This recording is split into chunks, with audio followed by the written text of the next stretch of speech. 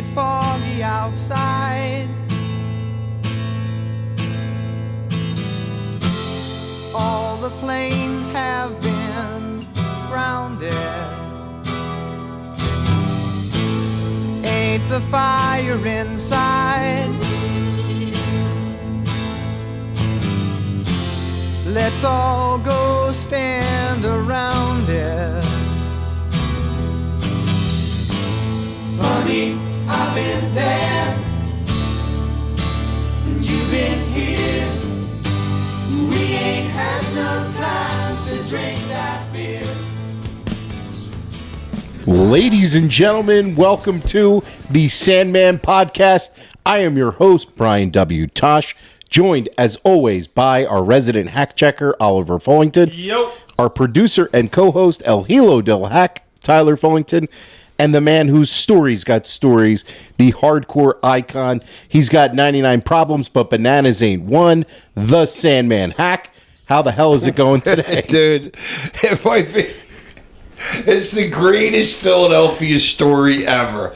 So in the last 48 hours, here, Tosh, you tell the story, and then people understand why I love it so much. In the last... This is Philadelphia, not too far. Let's maybe say less than 5 miles from my house. In the last 24 to 48 hours, a clip has gone viral where a woman involved... What's the clip? Tell me. It's a WTF Philadelphia. You can find it on Instagram. It's on TMZ. It's everywhere. A woman who had a traffic altercation with another woman decided to get out of her car, and she defecated on the car that was causing... She walked up to the car, turned her butt around to the grill of the car that the lady she was pissed at, and just released. Released a very... Philly style, baby. Very watery discharge. Watery discharge. They're calling her the Delco Deucer.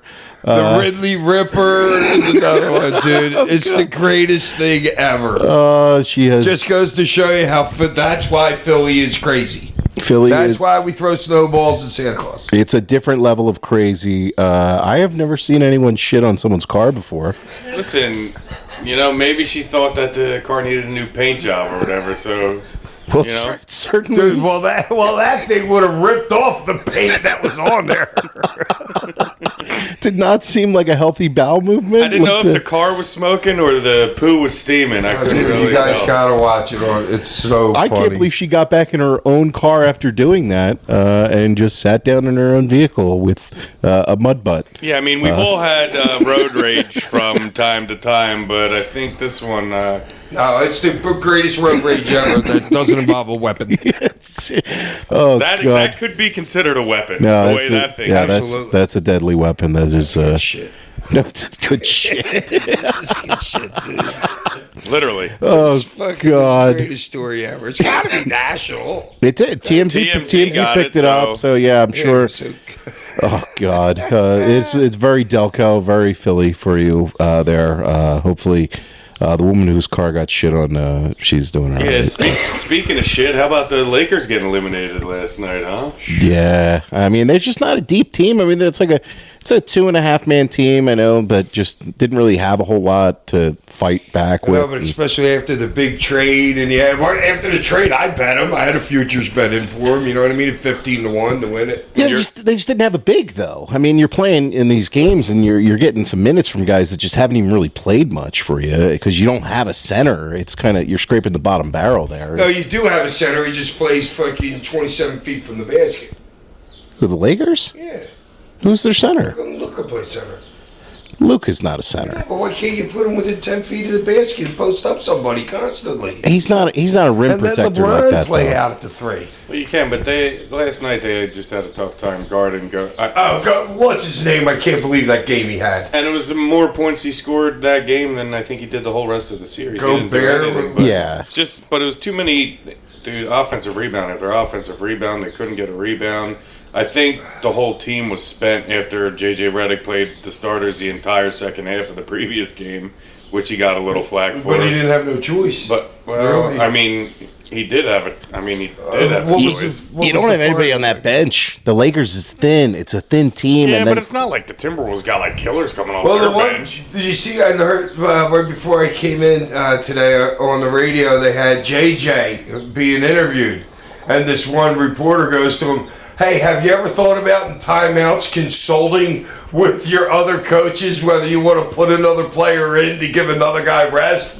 And he was just like, "Dude, that's the stupidest thing I ever heard of." I heard consult with them every freaking second of it. and he stormed out. He stormed out after And that then question. rolled. Yeah. He took it as the guy saying he's inexperienced Right. and whatever. Well, that's what the guy was saying. yeah, Which he but kind of is. I mean, not I to. mean, he is. He played the game, but coaching's a way different. It's a different animal. Of course, he's talking to his assistants freaking all game, every game, all the time. Right. Even the worst coaches are doing that. Like, it's I mean, not. that's It's just standard coach. yeah. JJ's a smug kind of asshole. But Though. He they're should saying- know. He but- should know that, like, the dude, like, just say, yeah, like, I consult with them every time out. That's all you had to say. Like, you didn't have to come out because that was before last night's game. Like, Yeah, yes, it was before yeah, it was last before night. It was last night's before game. the game, It was the not pregame. after the Yeah, game. it was the pregame briefing or whatever that they have with the shit. And like, all JJ's got to say is He's like, always had an attitude. yeah, I consult with them every time out. That's it. You know Yeah, what I'm right. saying? Like, you, That's like, what Belichick would have said. right, like, Right. It's easy. It's easy to dismiss the media and not make it a story versus what he did, right. which Like, is you know what the make dude's it a trying to story. do, and you can just clearly You say control that. how you react. You Right. can't control their questions, but you can control how you react to them. Right. And obviously, he didn't handle it that, and that's part of the reason the coaches are paid the salary they are, is to handle the media and those questions, and to not get out of line or overreact like he did. But And hopefully he learns from that. yeah, I mean, I look, I still would love to see the Lakers kind of, maybe get another third guy in there somehow, but they don't really have a lot of assets, and it's kind of No, it's going to be tough. They And- might have to get rid of Reeves. Reeves is like their best The only trade asset, chip that they yeah. could throw in. Right.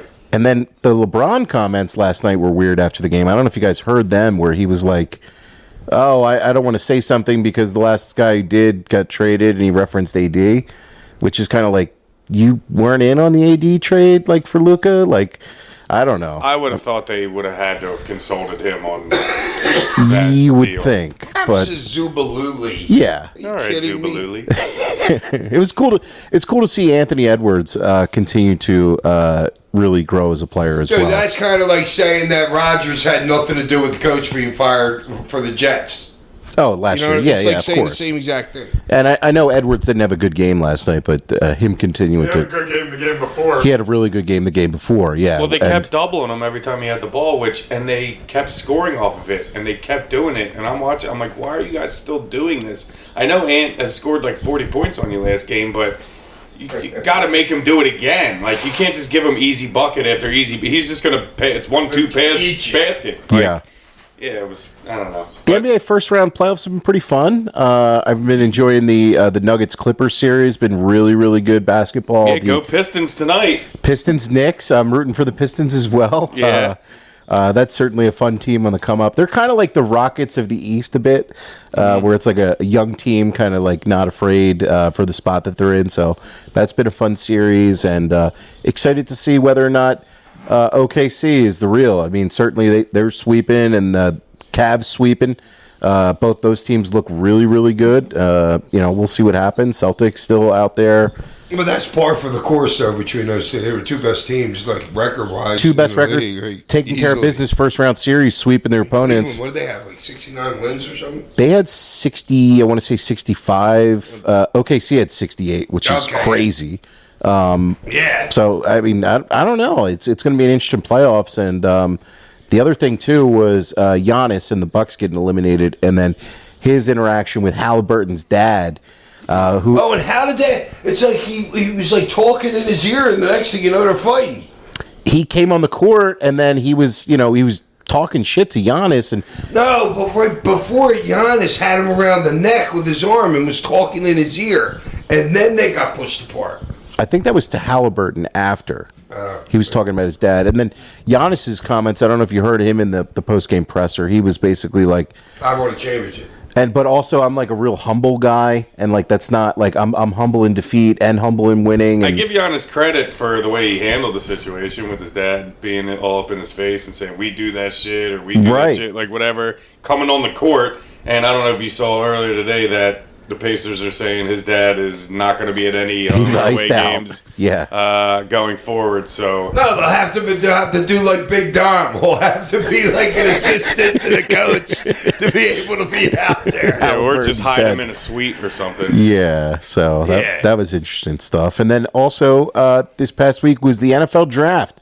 NFL draft, Eagles picking up the linebacker from Alabama, Jihad Campbell. Certainly, really, I like that play. I like that pick for the Birds. I don't, Hack, what do you think of that?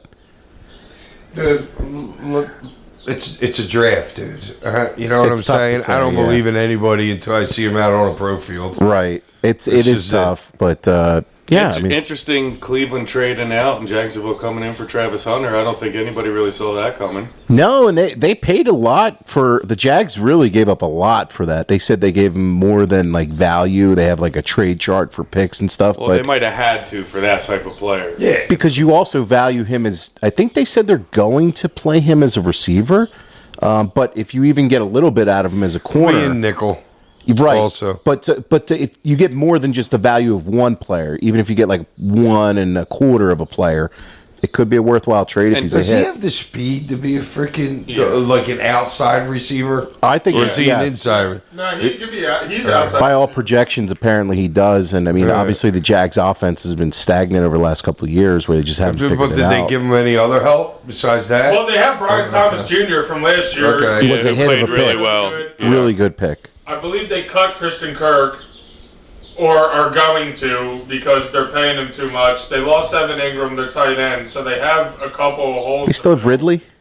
No, Ridley's on Tennessee. Oh, that's right. That's right. Yeah, Okay. and they got ETN and Tank Bigsby Right in the on. backfield and stuff like that. But I give Jacksonville kudos because dude, they need a name to draw fans. Oh, they got to do a And spark. he's from Florida. Right. Like, Travis Hunter's from Florida, so it was the perfect play for them as far as organization-wise. Right, and Trevor Lawrence was the name, but he's kind of on the downslope with some fans just is there, Pat. not performing or whatever. But they needed a name. They need to draw. They need to get fans into that building, and picking Michigan's D tackle wasn't going to do that for you. No, yeah. It wasn't going to move the so needle. it was more than just getting a player. It was getting a name right. to sell tickets. If I'm them, I go for the D tackle.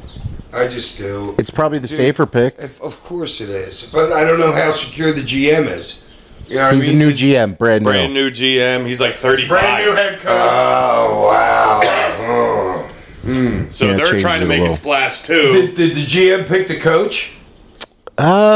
Believe so. Like Not they don't 100%. say- Not I 100%. know He was what I'm hired saying. The first. GM's young. He's like 35. They're probably the youngest in the league at that Yeah. point. He right? is. And Yeah. now- Yeah, super young All right. kid. So we'll see. The other big story of the draft, obviously, was the slip of Shadur Sanders in the draft. I don't $40 think million slip. I don't think anybody saw him as a 5th round grade. Like nobody, even people who said like he's probably not going to be a 1st rounder. Oh, you did, Hack. Dude, I told you guys in some of our first episodes, I was like, and I always thought I was an idiot. I'm like, I don't think that kid's a freaking NFL quarterback. Oh, interesting. Said that. Okay, He's going I- to be a better wide receiver, I think. And I always think you're crazy. He's going to be a top 3 pick up until like a week before the draft. So That's not the point. Well, I mean, I by think- all accounts, everybody saw him as a first round. Are you sure? Or was everybody? everybody just keeping their tongue hold? From everything I read, he didn't give a good freaking showing at any fucking interview. he also didn't do the Interview. combo. That's not skill on the field. That's Well, yes, interview. I know, but he doesn't have strong arms. I think you need to be an NFL quarterback. He's more of a game manager type, so the perception of him for people to think because he's Deion's son is that he's this exceptional athlete, and he's less that and more of a game manager kind of quarterback. And They seems- blackballed him.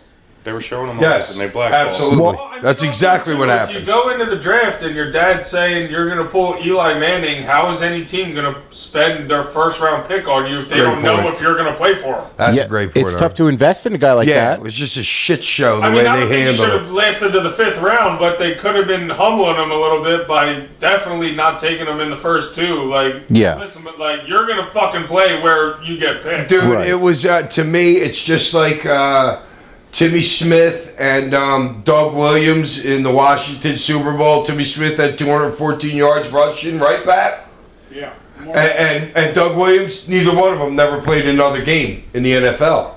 And They both got blackballed. You win the Super Bowl, Doug Williams never played again, dude. And I also think Wow. it got to a point that after you get past the first and second round, those are teams that are looking for borderline starters or people that are going to compete for a starting job. But once you get past that, our team's really going to bring in a guy like Shador who's going to have cameras and microphones in his face more than some of your starters and take away. So I think it got to a point where it was like, is he even going to be worth the hassle of the pit when it got to later rounds? It's like, am I really going to pick this backup that could just fucking cause problems? Okay, well, unintentionally. But my brain works in the exact opposite, as in, well, maybe you want him to take fucking all the heat off of everything else that's going on your team. That's true too. You But know what I'm saying? but you don't Let want- him have all the cameras. Who You don't cares? want your I'm quarterback- trying to build some shit here. I know. No, he's a backup. I know, but I'm saying you don't want your starter to have a bad stretch of 5 games and then the fan base is calling Well, for no, Shador. you do need a strong quarterback there. You know what I'm saying? But guys have lost. Tom Brady's got his starting job Or- over what Bledsoe gave him. yeah, You also don't want your starting quarterback having to take questions about the backup quarterback. Right. You don't want the running back fucking answer. You don't want guys on your team have to answer questions about the backup quarterback. the other thing out there too is if That's true. Shador is a success, then Dejean could potentially try to leverage that team to be the head coach. So teams could be drafting their replacements for jobs. They're I not think gonna- Deion could have had Dallas's head coaching position if he wanted. depending on considering the guy that they gave the job to. I don't think you're that off base there because they went with Schottenheimer and everyone was like, I can't believe they picked him. And I know Dejean was sniffing around it, but I mean, I don't really value him as an NFL coach personally, but like I could see why a team might. I can because of his fucking.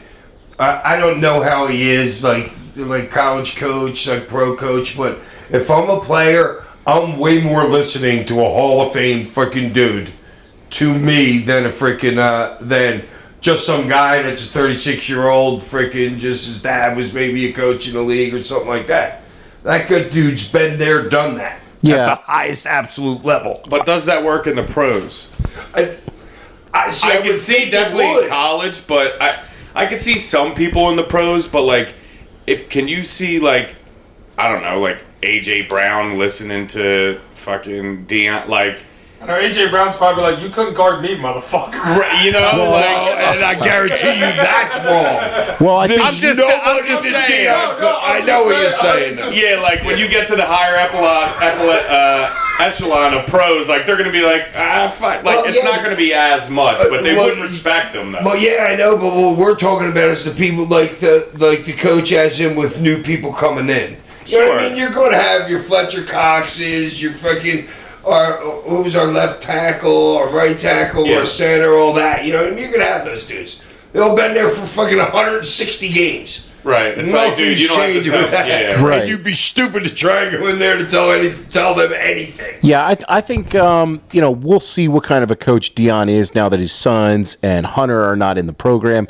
Obviously, he brought them from Jackson State to Colorado, and they had a lot of success there. So we'll see what this next recruiting class that Deion Got a has. 5-star quarterback now. Yeah, we'll. He might- we'll see. He if might can even continue- be better now that his kid's out of the way. Right. Like maybe possibly more focused on, the whole team. And I don't know if he wasn't. But Right. I'm just saying, like when your son's there, obviously he's going to get a lot of attention. Two sons are You're- there. Two sons right. were there. Yeah. So, The but like, other one was but He's now, undrafted, signed with the Bucks later. Yeah, but now now his kid and everything, like all of his boys that he brought from Jackson State are pretty much gone. Like he might be able to focus more just solely on the program and coaching now, as compared to trying to get his sons drafted and Hunter shit like that. So we'll see what happens. Oh yeah, and the last thing, Michael Irvin, to me, one of the greatest players, freaking at his position ever, freaking top 10, easy. He said he called it the robbery of the Sanders family because he's basically saying that they blackballed the kid. Straight black. That's what I think would happen. You didn't read that? No, I did not see Michael Irvin's comment. He said robbery, dude. It was like they robbed that kid of $40 million. Hey, if he's good enough, he'll earn it back. He will. True. And he'll have to earn it on the field. And yeah, but you still got 5 years of a rookie deal. Yeah. I mean, if you're great, that could change in your second year. But everybody in the locker room will end up respecting him even more if he's able to overcome that and become a starter in the league. Because and it's probably his own. Yeah, but you got to jump 4 guys right now. Well, a couple of them, like Flacco's not really a threat. Are you sure Flacco's not a threat? Kenny Two Gloves, baby. He's a spot. He's a spot starter, Flacco, at this point. Yeah, he's 105 years old. Deshaun is done. I think Deshaun's done.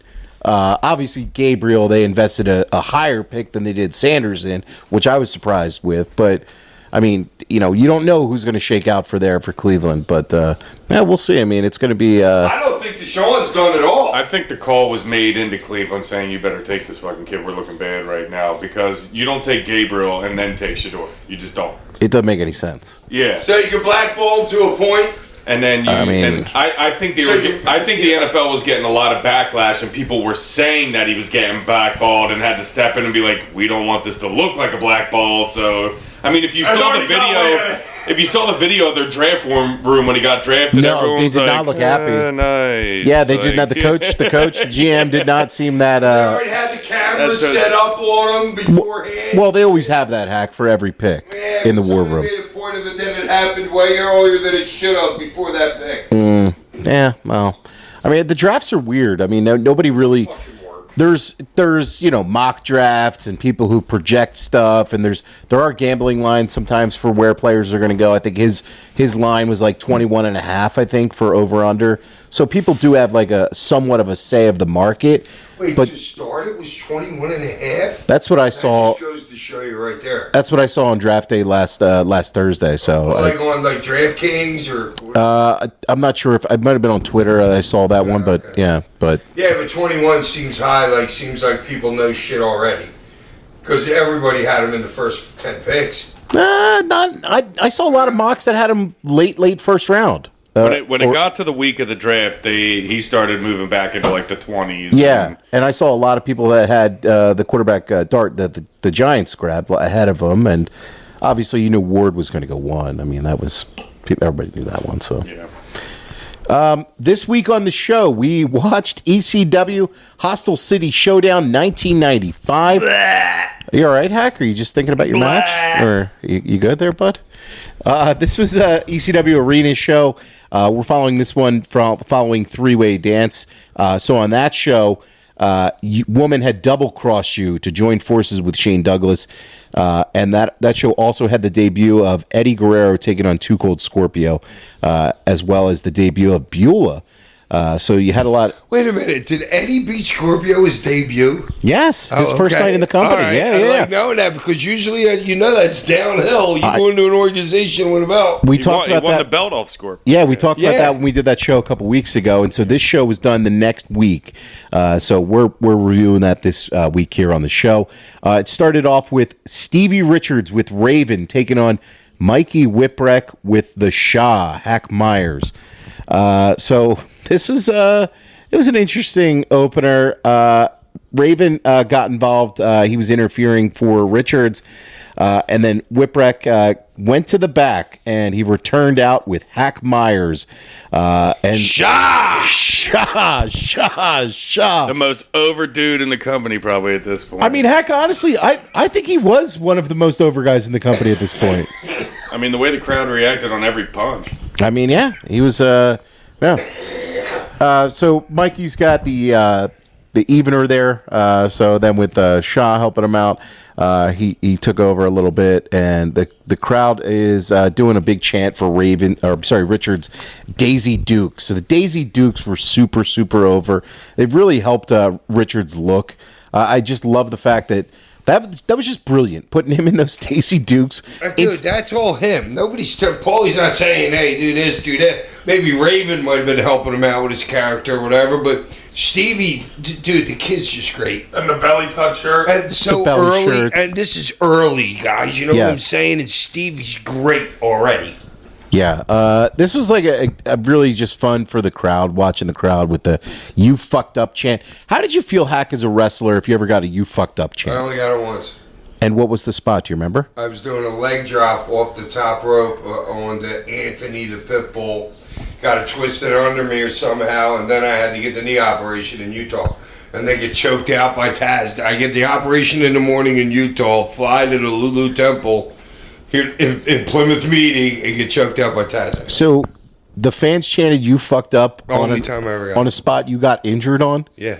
Oh man, you probably hated them at that point. No, I hated getting the champ, and I didn't hate them because I fucked up. You fucked up. You know what I'm saying? Yeah. I fucked up. Yeah, I just always kind of wondered what They got it right though. You know what I'm saying? Yeah, fuck. Like and the rest of the boys, like, how did they? Do you think did people ever get like dejected in the back with the crowd chanting "you fucked up"? Or I'm sure. Because if you're in the ring and you're chanting that, yeah, it's kind of like it kind of matters who you are. You know what I'm saying? There's a you fucked up when they really hate you, like a Shane Douglas like hate. You know what I'm saying? Yes. They hate like that. But there's a different you fucked up like them saying what they do at the end with Nancy. You got fucked. You know what I mean? It's that they were chanting to Shane at the end of the thing. You know what I mean? It kind of means two different things. But you don't want to hear it if you're a heel. You don't want to hear it. Definitely don't want to hear it if you're a baby. Yeah, that makes sense. This match wasn't really a whole lot. Stevie hit... No, dude, this showcased Mikey's work ethic. He worked great. No, Mikey and Stevie are both really fun. It just wasn't it wasn't the greatest match. It was a good match. No, but I like the way they went about the match. Yeah. Stevie hit the ropes on the other side of the ring, only for Hack Myers to trip him up. And then both guys got to their feet, and Mikey put him away with a Hurricane Rana. There was a couple of blown spots in this, but for an opener, I thought it was fun. I enjoyed it for what it was. I'm going to go 2.5 stars for it. Ollie? I'm going to give it 3, actually. Okay. Because, yeah, I thought it was good. I mean, for what it is. For what it is? Yeah, I mean, for 1995. For 1995 and young, putting their early grind in, Stevie and Mikey, yeah, it was fun. Hack. All right, you guys, what was the stiffest part of this whole thing? Did anybody see something that you just went like, oh, shit? I love when you ask us questions because it's always like we're in class. Ty usually gets them all the time. Ty does get them. I'm trying to think, too. It was after the pin. It was after the It pin. was like less than 20 seconds after the pin. Raven comes in and kicks Mikey in the back of the head and freaking nails him. Was that before the pin? Nailed him with the first kick, dude. Yeah, I remember that. Mikey's head hit the freaking mat, too. And then he barely touched him on the next one. It was like, yeah, he was like, oh, shit, yeah, Yeah, and then my next note is, oh my God, that's Sign Guy Dudley in the crowd taking pictures. He was around the ring. These guys didn't even notice it until they were watching my match tonight because we don't watch the shit together, and I was cooking.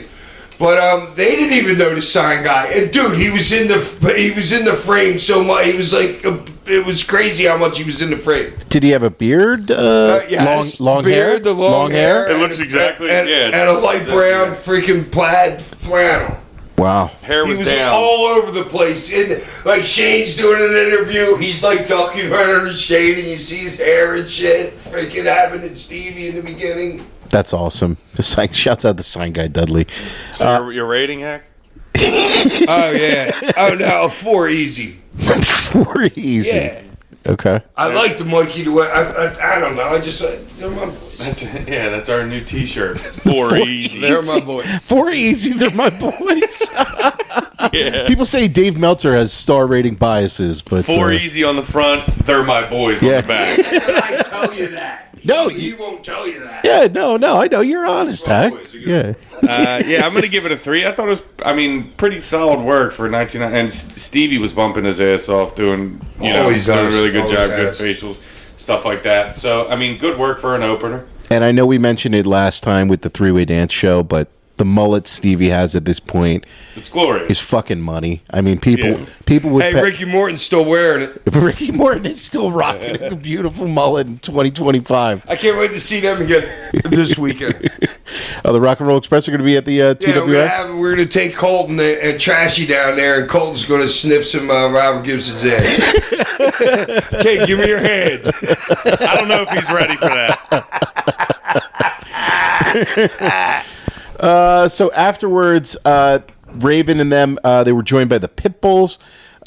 So they had pledged their allegiance to Raven the week prior at Three-Way Dance, and they're setting up a match with the Public Enemy, who came out to save Mikey and Myers. And then, I don't know, this was kind of weird. They pulled something out of Myers' trunks. I don't know what that was all about. And then, yeah.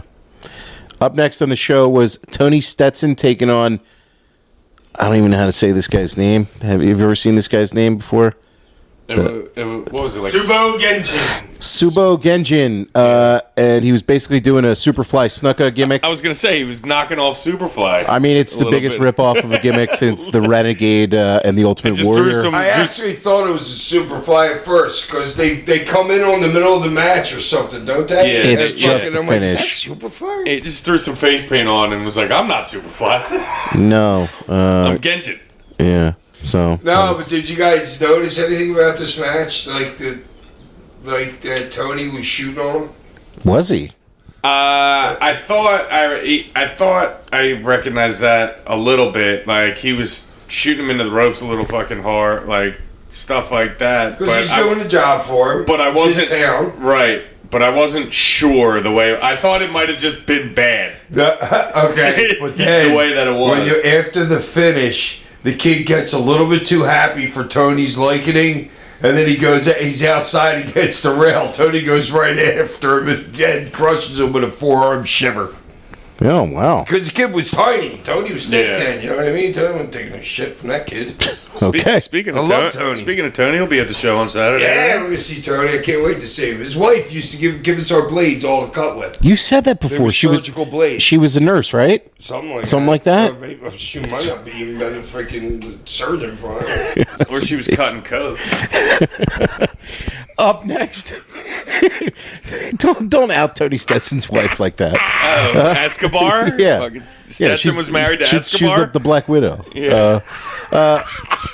Up next was Axel Rotten, and he was letting the fans decide the stipulation for this match, and I wish he decided... Run for the 700th time. Yeah, I feel like we've seen the same exact match like 8 times. And they had a lot of... They have a Taipei death match they haven't seen yet. Yes. That's glue and your hands in glass. Yes. I know.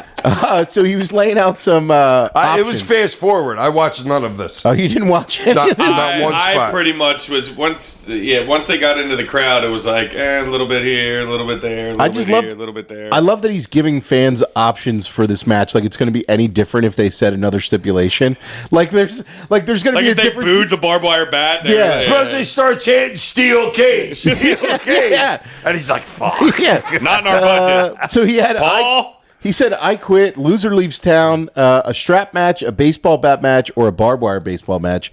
Like there'd be any difference between any of them. Like I don't popped think huge when he brought the barbed wire. I don't care about you. Give the segment poo-poo it a little, but the place was on their feet. Oh, They they pop knew for what the they bat, they yeah. knew what they were doing. Yeah. It was a well executed segment. Yes, and they know they're being trained right now anyway. They know the barbed wire baseball match coming out. No DQ match or a that's hardcore why match they're shitting on or everything. a barbed wire match. No DQ match or an Extreme Rules match. What do you got for it? And yes, obviously, when they go to the barbed wire baseball bat, big reaction from the bloodthirsty sickos You in the notice he ECW wasn't arena. a fat shit. Freaking Axel was still looking good. And so Yeah, was he Ian a little bit druggie too. yet. Well, Yeah. also, too, that's just another way to get the fans up for the match that they've already seen however many times. It's like, all right, well, you guys pick it now, and then Exactly. more invested They in feel what they part chose. of it. Yeah. Yeah, that's brilliance by Paul. Yeah. Yeah, not only Straight that, brilliance. and as we go through this match, it's the ebbs and flows of an of a ECW card.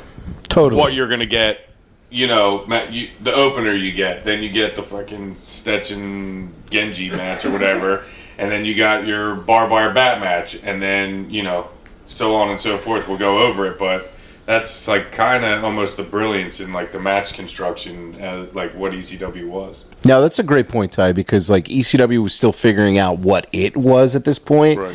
and so were a lot of the talents and the fan base, which loves this wild, brawling, bloody match stuff, also loves the Dean and Eddie match as much as they do. Right. So the dichotomy of these things mesh together. You're not seeing a match like either one of those two on TV anywhere. I was just going to say, the fans aren't getting either of those like, WWE isn't giving them the Eddie and Malenko match that everybody wants to see them get. Right. So they got to go to ECW to watch that wrestling and the barbed wire baseball. Well, and because that the WWE is Dukes the Dumpster Drosy, the one big man boss gang. man, These are yeah. all big dudes, but they're all like characters for the most part. Yeah. You know what I mean? It's not work. Vince wasn't letting and really those guys would have been like lightweights.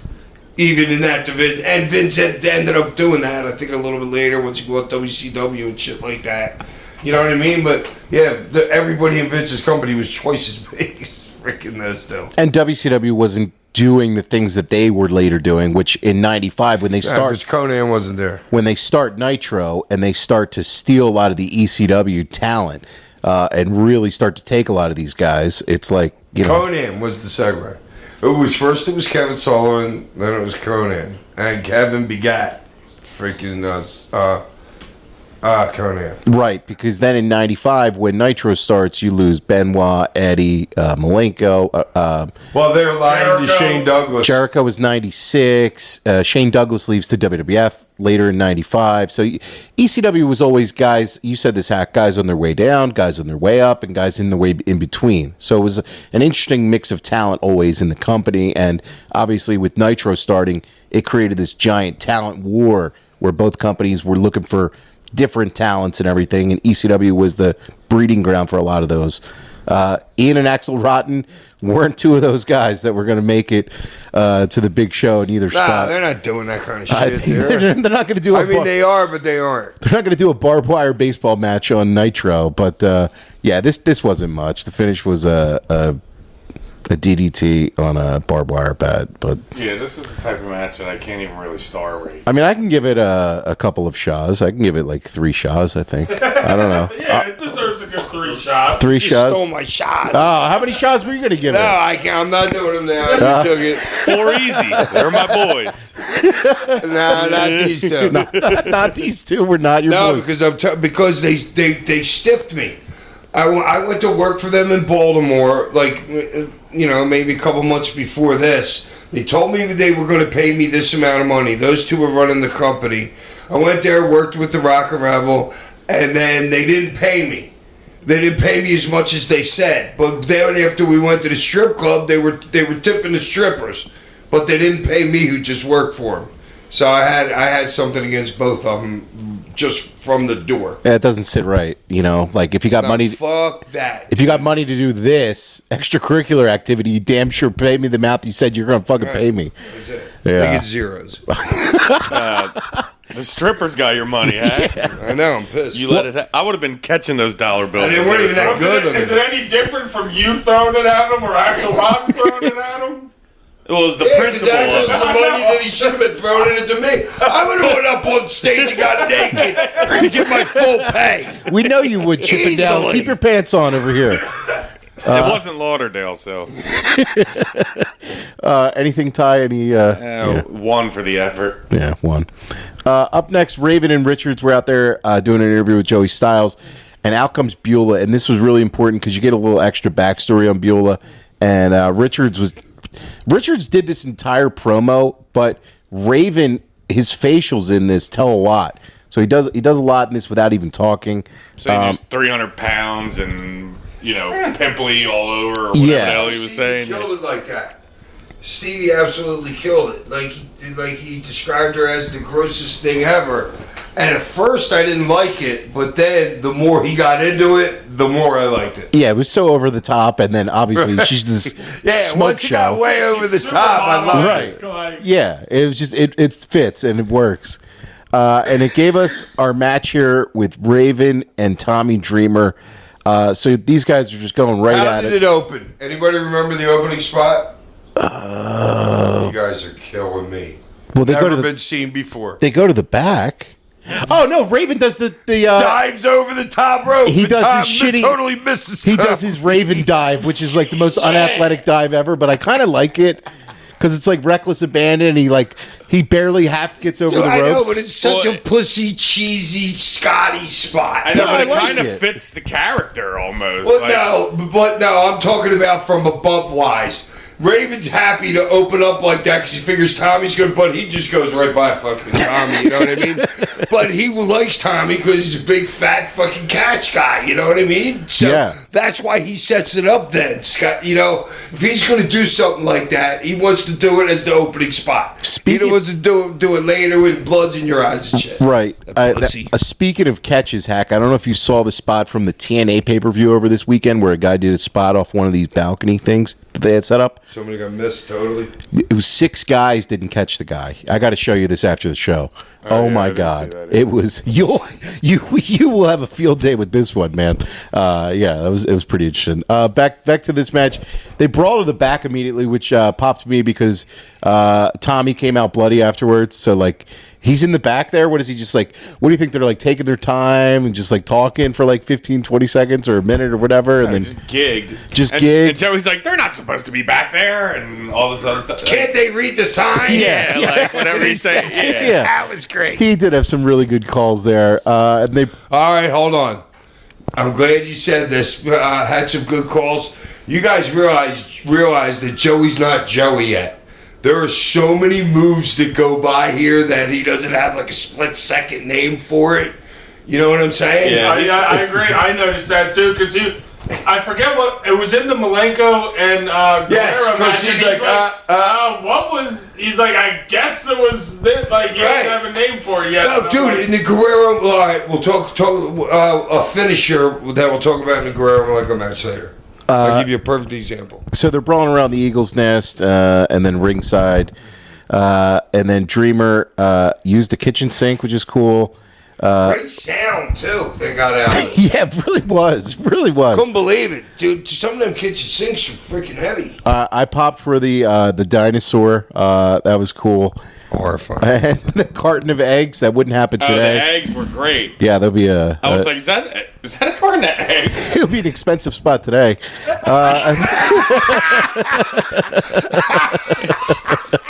Because it was an 18-pack. Yeah, that's probably why you don't see it nowadays. Yeah. And then not long. It's not going to work for me, brother. Not eggs. Dangerous for on that floor there. Too expensive, brother. Yeah, it's too expensive, brother. It's not in our I budget. can't give you 2x4. But dude, that's slippery on the floor, and you ain't cleaning that up for the night, so that could really hurt other people. I did that egg spot in Japan, brother. And somebody in the front row definitely caught some scrambled on their, on their lap. Dude, I'd be pissed if I got egg in your car. Yeah. These people don't give a shit. Honestly, that's probably the least amount of your worries getting thrown on you at one of those shows. So Richards does a run-in, and then Dreamer takes him out with the DDT. No, he took him out, and then he DDT'd the ref. And then Beulah... Whoa. Great Finnegan bump. Yeah, awesome. Great bump. And he's not anything near a bumper. Dude, that was phenomenal, that bump. That was like an RVD bump. On that. Speaking of Finnegan, I think he just announced he's done, reffing. Oh, he might have, too. After this... We'll have to get him on the show.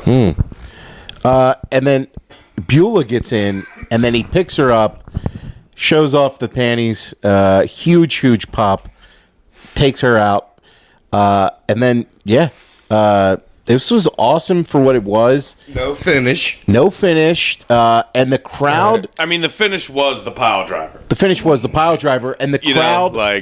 The crowd comes so up for Tommy, and they you can almost see like this match and this feud. This is like the first time where Tommy's like over. Well, and accepted by the audience. Yeah. When he goes out in that crowd there at the end, those fans were like, when they're chanting ECW, they're connecting ECW with Tommy, and he's finally getting accepted. I feel like I don't know, Hack. How did you feel?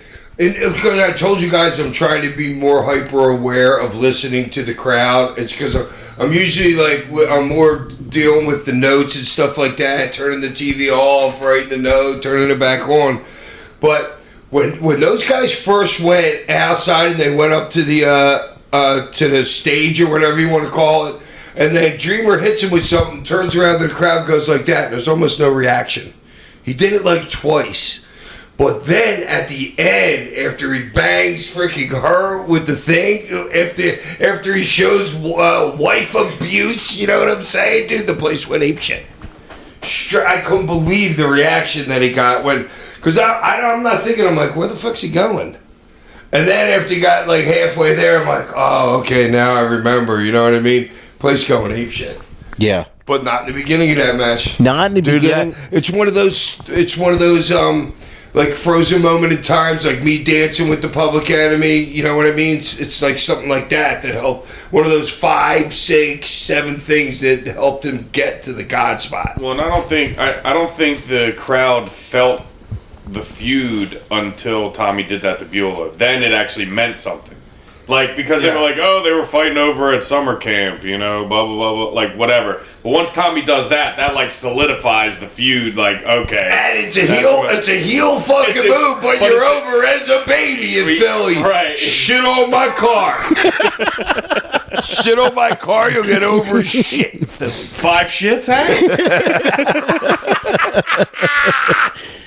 For Tommy, though, you know, the lashings, this moment, the chair shot in the cage to Raven. There's a couple of moments that you can go. There's another There's one. a couple of moments with Tommy in 95, 96 that you can say all helped him get to where he later was, and this is certainly one of them. Being puke baby face that everybody hated. Right, with the suspenders. It's like with the 10 lashes, you see him, you're like, okay, this kid's got balls. Like, all right. I gave him to him. Yeah, let's see where it goes from here. And then he does this, and it's like, all right, a little more accepted, and then the feud just goes on, and then the crowd just gets more and more behind Tommy as it goes. Yeah. But if I don't beat the shit out of him in the caning, it might take him a little longer to get there. You know what I mean? That just fucking exploded him. Yeah, that was the really first did. step of acceptance. And we both know it. He goes, dude, you got to kill me. I'm like, yeah, I know. And it worked. Yeah. Dude, you were And Nancy was great. every time you watch it, dude. I know. Beat the shit first. First time I hit it. Well, I know if I hit you with the string, you're gonna bleed.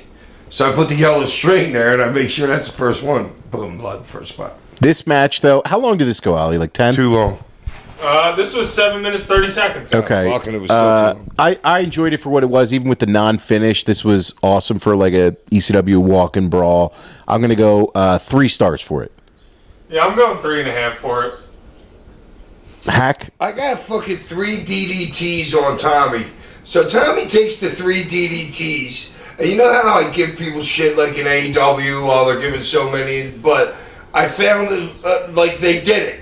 Tommy takes 3 DDTs in the ring, and next thing you know, he's giving Raven a DDT outside the ring like 20 seconds later. Yeah, during a lot of So these we were matches. doing that bullshit then, which I didn't really see, but it's like, it's just weird how I didn't see it then what they're doing now, and I give them shit for doing it now.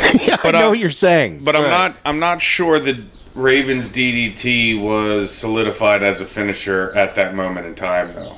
I think it was his finish from day one. Right, but I don't know if it was Even like flow, wasn't it? Yes. Yeah, but Correct. I'm just not Good sure. pull If, by you. Wow. Good pull. What's your name again? I'm just not sure if it was as over, like as if anybody really, really gave a fuck as a finish, as a finish Well, at that and- point. But So what we were talking about with Joey, like Joey didn't really put it over as like, yeah, oh, this is the finish, this is done. You know what I'm saying? Like that. Yeah, So good it all call comes, right there. It all comes in like together a little bit. All right, so dude, how long do you think it's been since Raven's been in the company? He came in early '95, so I would say a couple months now at this point. Yeah, because I didn't think it was long. So Tommy's his first angle. Yeah, from the So jump. Tommy's coming out of mine in his angle, and then who did I go off with? You went off with Shane. Oh, okay, that's right. Yeah. Loser. Ty, what do you give it? yeah, I'll give it 3. Did you give it a rating, Ack? Oh, no. Yeah, 7. 7. Okay, 7. Yeah, there you go. I gave it 3 stars. The match wasn't really that much as itself, but the finish, the non-finish finish with the pile driver That's great. just cultivated the whole, just wrapped everything into a bow and kind of started the feud and made it what it was. So. Dude, when he hit that was a freaking pop. Yeah. It was.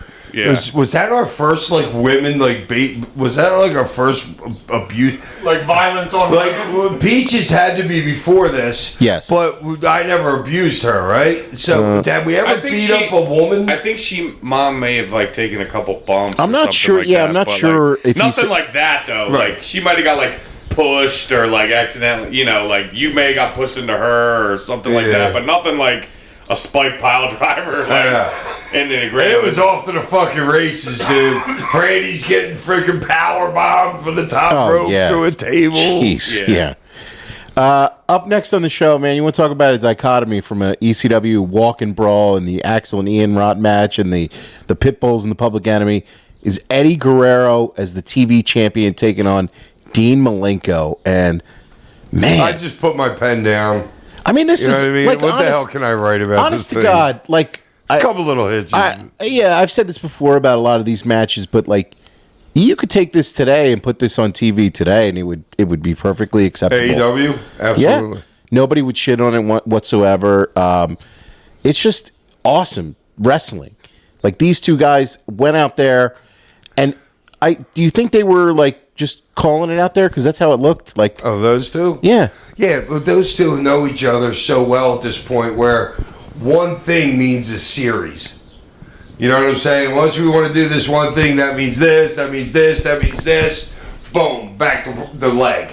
Something like that. You know what I mean? So, they're not calling freaking every single thing, but these guys are going out there with 30 minutes and could literally both just both arrive at the arena, one coming from New York, one coming from Virginia, talk to each other for 8 seconds and go out there and do a half hour. That's how crazy. good those dudes are.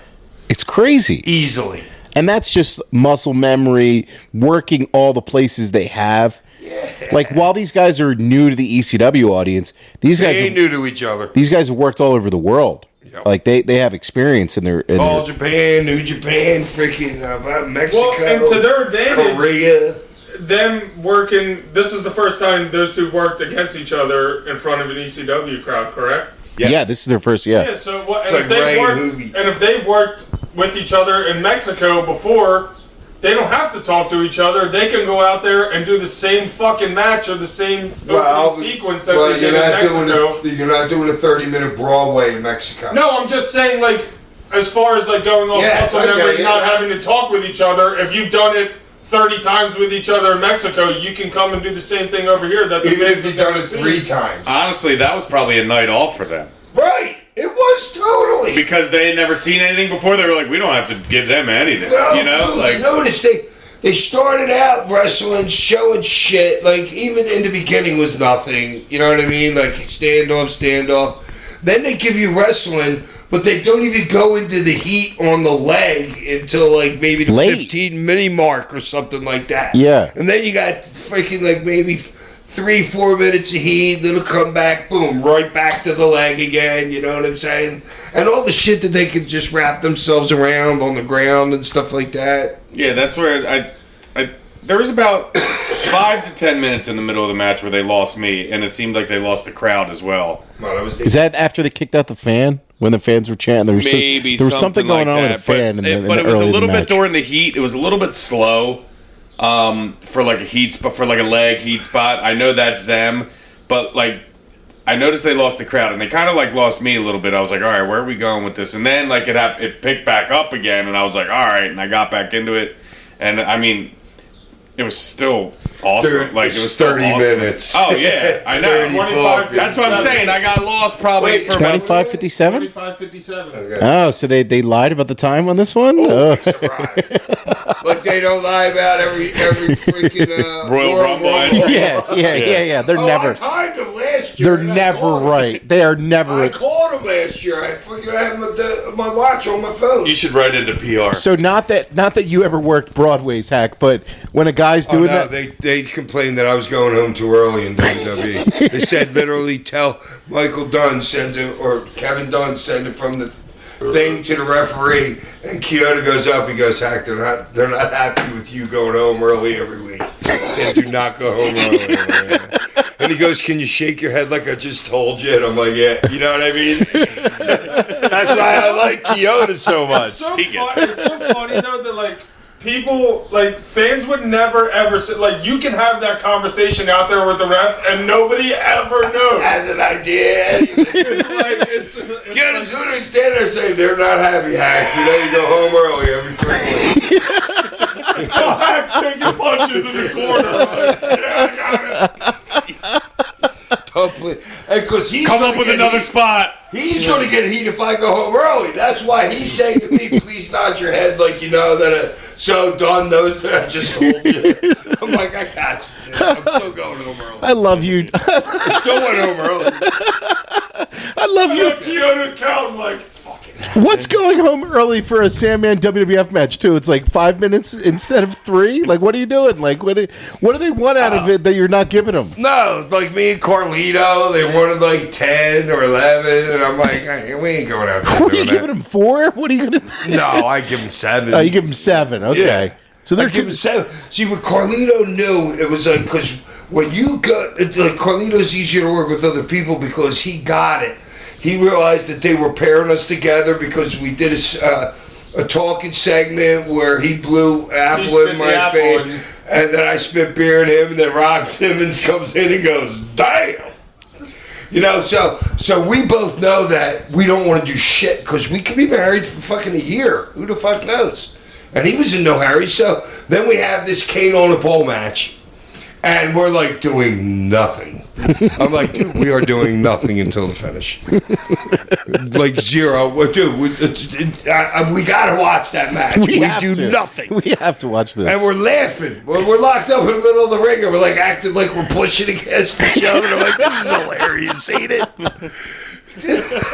Wrestling's great. Because you can have fun with guys like that. Because he knows you can have a long program, and why do shit now? Why do shit You know now? what I mean? They'll put you on every Monday fucking night.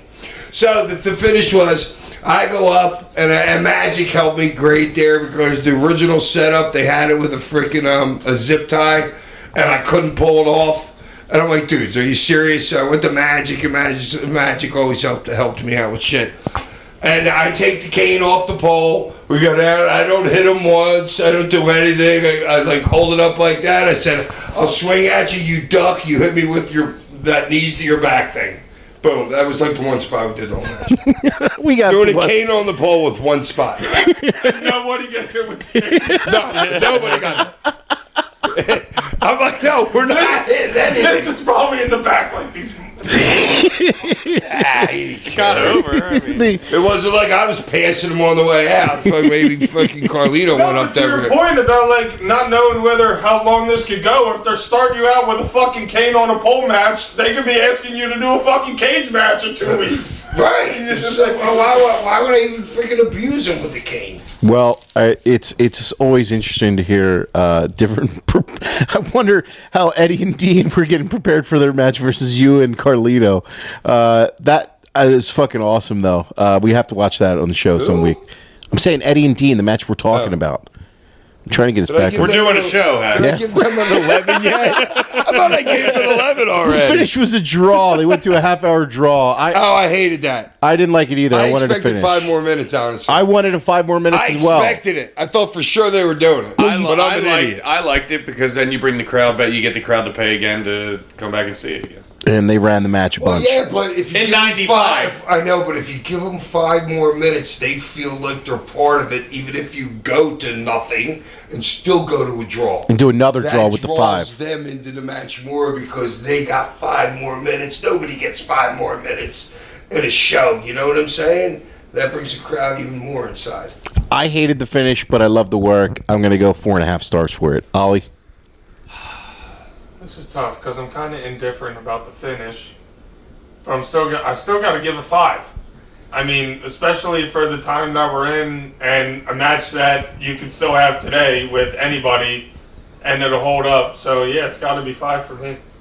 All right. Hack? It's a fucking 11, dude. It's an 11. That match is fucking timeless. It is. It's timeless. No, it really is, but I'm just at the finish. Non-finish, I'm not giving it 5, but that's 30-minute Broadway. 30-minute Broadway and 11, just between two legends. Yeah, Ty? I'm giving it a 4, just because I got a little bit lull in the middle of it for me. It's still great work. It's still both, and I don't mind the finish, to be honest with you. So, I mean, it's as good as it gets almost for 95. So did they end up doing a trilogy or something, Tosh? They have a bunch of matches in ECW. Well, I know that, Yeah, but yeah, they go on and have a big program. Speaking of finishes, I was there. Speaking of finishes, the ECW World Heavyweight Championship match between Shane Douglas. You all right there, bud? Oh my God, this was so bad. I liked this. This was so bad. I was embarrassed watching it. I like this. really was. No, I really did because woman. Because we know you. What- So you're an idiot. I'm a Embarrassed for that leg drop that you pulled off on the apron. That was fucking rough. I'm a Sandman Everything Mark. was bad. And no sold it too. I'm a Sandman Mark, but at the three-way dance, woman costs you the title, and Shane Douglas is with woman now. And then she's coming out with Shane Douglas, and they took their time coming out to the ring. I love when you make your entrance, though, Hack. You could just see this, like, just blank, stoic look on your face. I really liked your presentation, and, like, No beer. no beer. Yep, you were all business with this one, which I liked. Intentional, correct? Yeah, I liked. Why? Because of the seriousness of the situation where she just turned on me fucking the last show, you know what I'm saying? Well, I'm asking also too because I want the listeners to know. Oh, yeah, just because... Not for me personally, but Yeah, just We're because... doing a show. Welcome back. Sometimes I forget. I know. I just did space out for a little bit. That was a great hit. The last one I took. So, fun. What was the question again? Why were you? Why did you have the stoic look on your face when you came out to the ring without beer. and no beer? Because I needed to. That's much as my stupid thinking of it needs to be business right here. And the beer's not a huge. I'm not like going through the crowd with beers yet at this point or whatever. You know what I'm saying? So it wasn't as important to my character as it would become years later. And this match just goes to show you if you're not on the same page, it can be bad. So you And me and Shane went over nothing over this match. I hated him. He hated me. And I didn't hate him until he refused to drop the belt to me. And, dude, I said it in front of the whole locker room. I'm like, dude, you didn't win that belt. It got written in for you to win this. And you got the balls to say you're not going to drop it to me? Said it in front of everybody. So that was it. why do we you, didn't talk after that. And that was the month before this. why do you think he didn't want to lose to Because I'm a drinker, and he's taught by Dominic DiNucci, literally. you? Him and Foley in Pittsburgh. Yeah, you know what I'm saying? And it was just like the guys how I felt, like the Jerichos. Like the guys who train with the heart. Yeah, all those guys looked at me and like, I'm over more than them. And I'm going out to the ring drunk, high, coked up, whatever. So I wouldn't say, because I can't imagine any of them being fucking jealous of me because I was an idiot, but I don't think that they appreciated the Philadelphia crowd not appreciating them so much more than me. It was like I put in all this fucking hard work, and not that you didn't put in hard work training to get you, but No, but those guys in Stu's basement, I mean, come on. But that's what I'm saying. They're like, I do all this fucking work, and then this guy, it's just like. But that's life, though. Like, somebody's just God gifted. There's another dude that's your freaking boss. Yeah. You know what I'm saying? You can't, if you roll through life like that, dude, you can't, I don't, well, a lot of them got pretty far, so who knows? But for him to have resentment for you, I'm not so sure it was resentment because he's got the strap. He might have just not liked you. So it's. You might have just been an ass. I don't know. I mean, dude, nobody disliked me. You see how it is. But did everybody like Shane? Oh, no. Well, then that's he was right below freaking Perry. Okay. Because Shane thought he was better than everybody. Well, that's kind of my point. And maybe it wasn't he you. let Maybe you it was know him. it all the time. If not you, did he have an alternative who he wanted to drop the title to? I have no idea. Like, who would he? Paul, he didn't care. Yeah, who would have That's been the way it was worthy happening. enough? Right. Like, if he said you're going to lose to Dean Malenko Cactus. tonight. You're going to lose to Dean. Would he have a problem with Dean Malenko? Like, would he have a problem with Oh, no. Cactus he trained with? He probably wouldn't have a problem with. No, anybody else in the fucking locker room. Just you. He only had a problem with the Sandman. That's just so. I mean, it's wrestling, and you're over. Dude, you got fucking. You're in a book. But it's not real. I know. Then you have the right mentality for it. It's not real. You have never. You have never been like, I need to win this match or anything. Never once. I lost all of them. Because it doesn't matter. it's human nature. It is. No, I can. It's like there's nothing you can do about it. I understand why certain guys in certain spots may not want to do jobs, right? They might think it will hurt their paycheck, will hurt their career. He's leaving to another bigger, better company. Right. And first of all, who the fuck is he to fucking say, I ain't dropping the belt to, I don't care, to the Invisible Man? Yes. No, I mean, literally. you know what I'm saying? There's some guys in the business that are like, Jake the Snake is like, fuck you. Who the fuck are you to hold up a company for a belt? Because you don't want to lose to this guy. You know, that's a lot of the old school shit, dude. You didn't win it for real. Right. None of this is for real. It's Right. it's all pretend. It's all a work. Yeah. And the only person that they should get decide. lost in it. I know, and I can understand why they do because it affects your paycheck, right? It can affect your paycheck. He was going to a bigger paycheck. Right. He had to drop the belt. He had to drop the belt. He was leaving the territory. Or is he going to drop, or what's he going to do with it? The same thing that he did with the NWA belt? No, I don't Like think. Alundra Blaze did with the ladies championship? Yeah. The WCW? That shit will go to your head a lot easier than I know, but I don't get it. I know, but all those people cheering for you going out like that, people say there's never a high like it. And it's just like, dude, But it's not real. I know, but that shit There's nothing about it that's real. That's the human nature part of it. The only real part, it's like, the real part of it is, to me, is my energy with the audience. That's the real part. Them loving me and me loving them loving me. It never had anything. Once you get between the ropes, none of it matters. Like that, you know what I'm saying? It's like winning or lose, it doesn't matter because it's written. It's written somewhere. I'm not having a contest against you for real. Right. But with that being said, your talent as a performer does, like, how good you are as a performer, your push often depends on that. And you have to have some talent to get a push at something, right? You have to have a connection to the crowd to get a push. You have to have something that is You gotta have the it. the tangible skill that you have, right? Yeah, the it. The it. You got the it. And you had the it. Right. You know what I mean? But it just And wasn't, you can't. It's very hard to get there without the it. and it wasn't Shane Douglas' Well, it.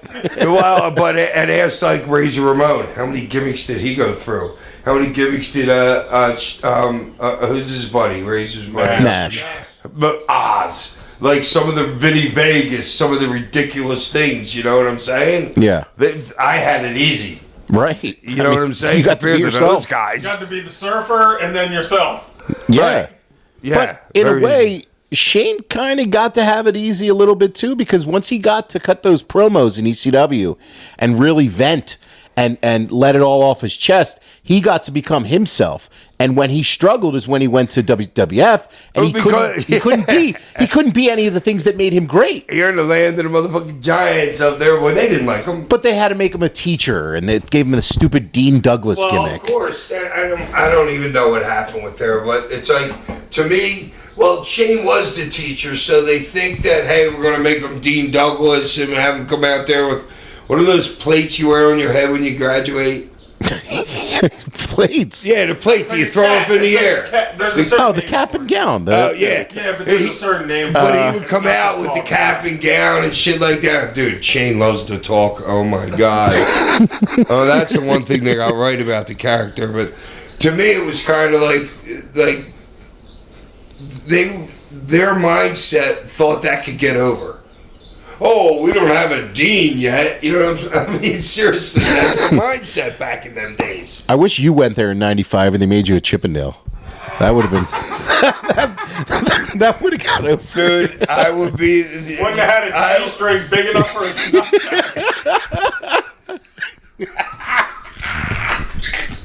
I would have got so over in the cuffs and collar, dude. Oh God, it was. Oh, and I would have had like a Kerry Von Erich freaking spin bolo punch. What was that thing? Yes, the tornado. It would look so cool with the cuffs and collar on.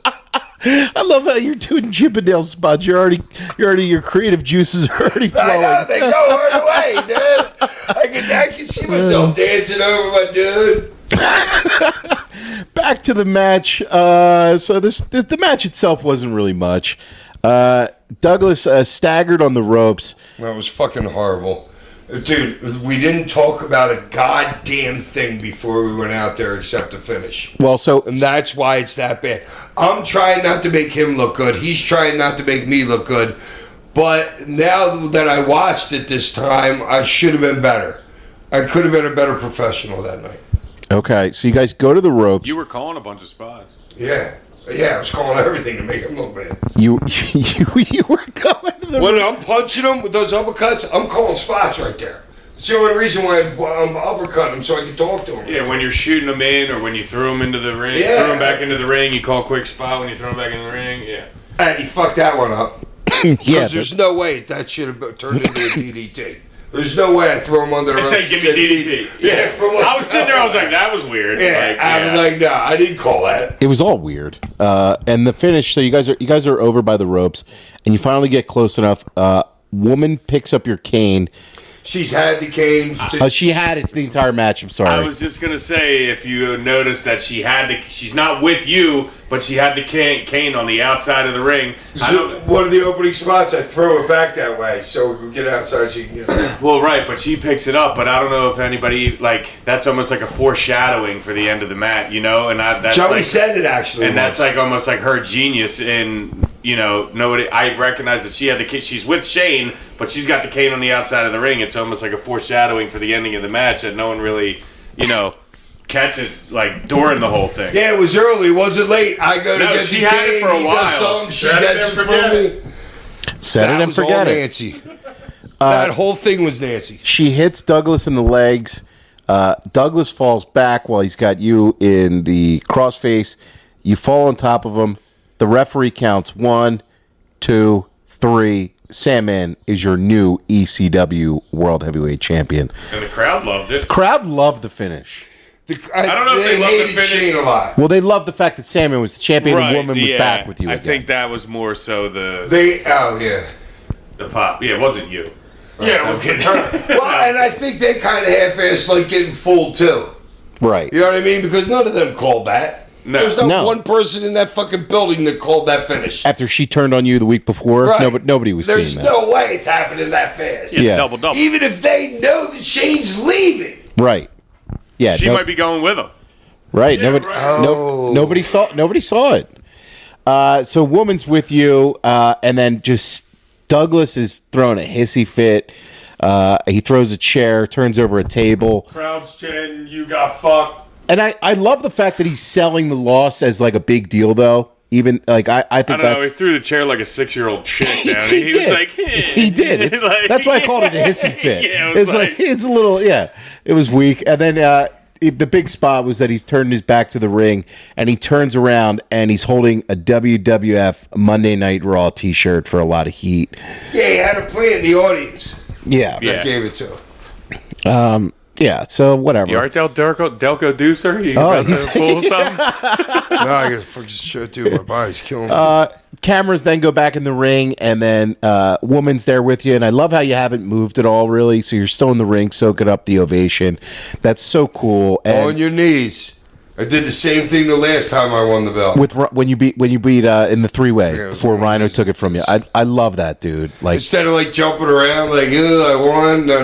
No. This is very special. yeah, you sold it like a special moment, and it really was. So Is that my third time? Second? Third? I think it was your third. It might have been your second. Not 100%. But you guys got a big pop and big ovation from the crowd there. For a match, this ain't your best work, but I enjoyed it still. I'm going to go 2.5 stars for it. Ollie? Yeah, it gets a 2.5 from me. Hack? Not quite. He doesn't like grading himself, and he didn't like this one. Yeah. A half a shot or a quarter shot? What was that? Quarter shot. Ty, what do you give it, Did dude? you just shart? he shot himself? I'm with you, Toss. 2.5. Not to. I mean, I like the the double woman turn at the end and like what she's doing before she had it. The work was left to be desired, but Well, it's tough when you don't have guys on the same page, too. well, of course, yeah, right. I mean, you got to take all things into account. So, but Yeah, Hack not being a goddamn professional. No, I could have done way better. I was more worried about making him look bad than me look good. See, there you go. Maybe the Way to go, wrestling fans. lesson learned out Fuck to you yeah. folks. Tiffany Stratton and Charlotte should take notes from your mistakes here. Up next on the show was the ECW World Tag Team Championship match between the Public Enemy and the Pitbulls. So Pitbulls are with Raven and Richards now, and they're going for the belts here. Quite a clusterfuck. I was just gonna say, talk about a cluster. Oh my God. Yeah, I don't know. I mean, like, a lot of these matches, again, you got to put yourself in the time and place for Tell you them. what, I'm putting Johnny Grunge over for that fucking table spot. Oh, the table spot was awesome. Definitely the best part of the match. Yeah, but are you putting him over more than he put himself over for it? Yeah, for doing it. He acted like he just won like the national world like table breaking championship or something after he got it. 1995. But it was like a 5-year-old jumping off a couch. Is what he did. Really. My 3-year-old hits that spot every night. And Teddy was the table guy on that thing, you know what I mean? So that's why Johnny was so happy. Yeah. All that and the freaking handful of Valiums he took before he got Xanax, before he got out there. Only dude I know could literally put like 20 Xanax in his hand. Boom, pop them, and still be like coherent in an hour, 2 hours, 3 hours. Well, the coke might have like set it off a little bit, but Jesus Christ, that dude could do those. All Oh right. my God. Peace, Johnny. Rest in peace, Johnny. Oh my God, yeah, Johnny. Love you, dude. This was just Johnny Teddy.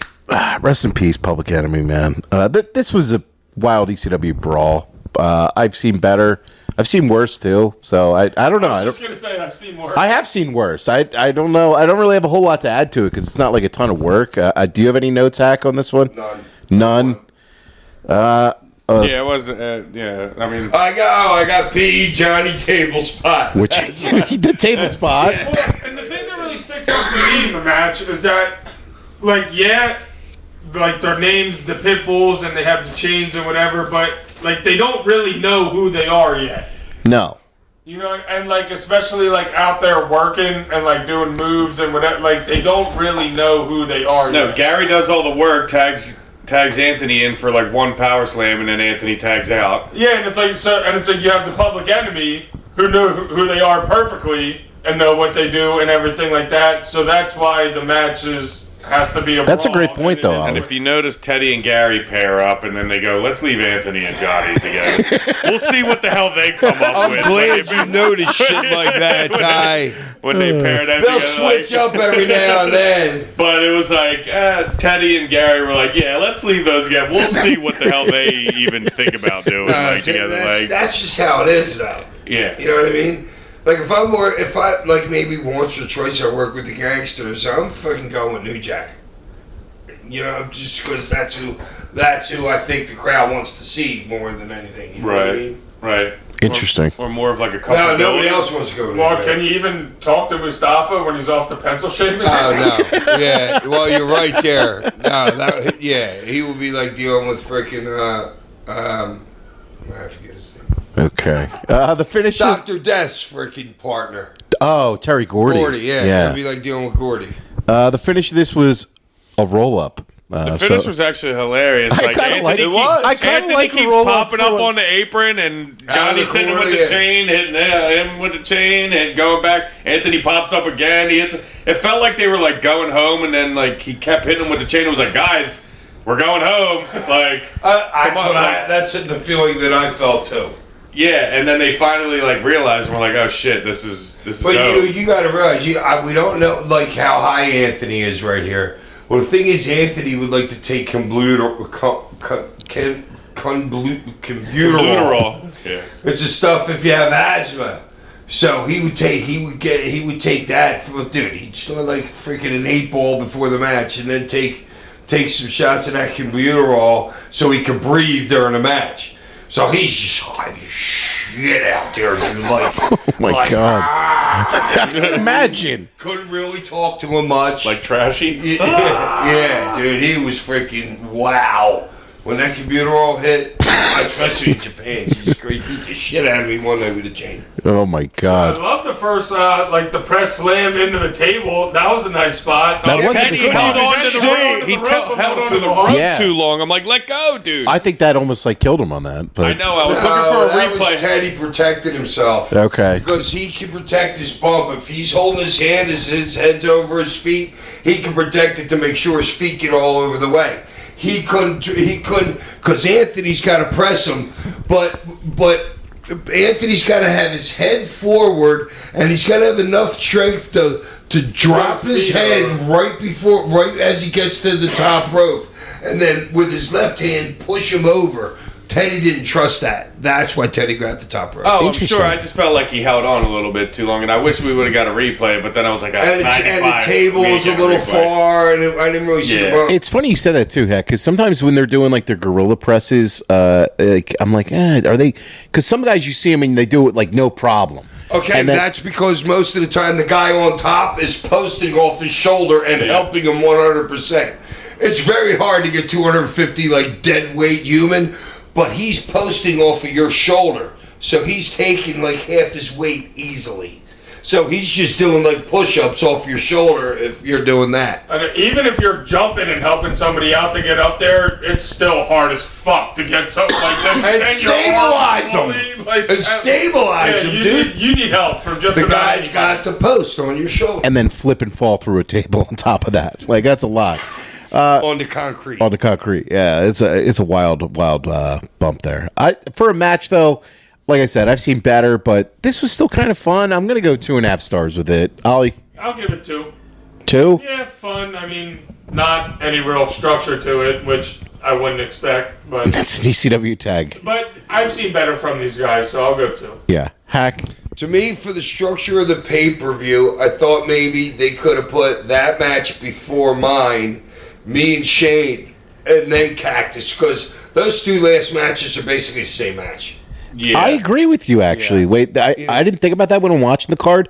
That's a great point. Yeah, the last two matches were basically the same thing, except when you get to the glass and the fire and shit. So, ECW, sometimes the world title would not go on last. Like, do you feel the world All ti- the time. I know, but do you feel like the world title should always go on last? Because ECW did. Well, today you see now, I mean, even I'm out though of the they building. have 2 championships, but Yeah, but World title doesn't always go on last. I know it's usually the rule though. It's like but not in ECW. And did that matter to you at all being in a world title? No, not that. But you know what? I would like to come out because the champion never came out first.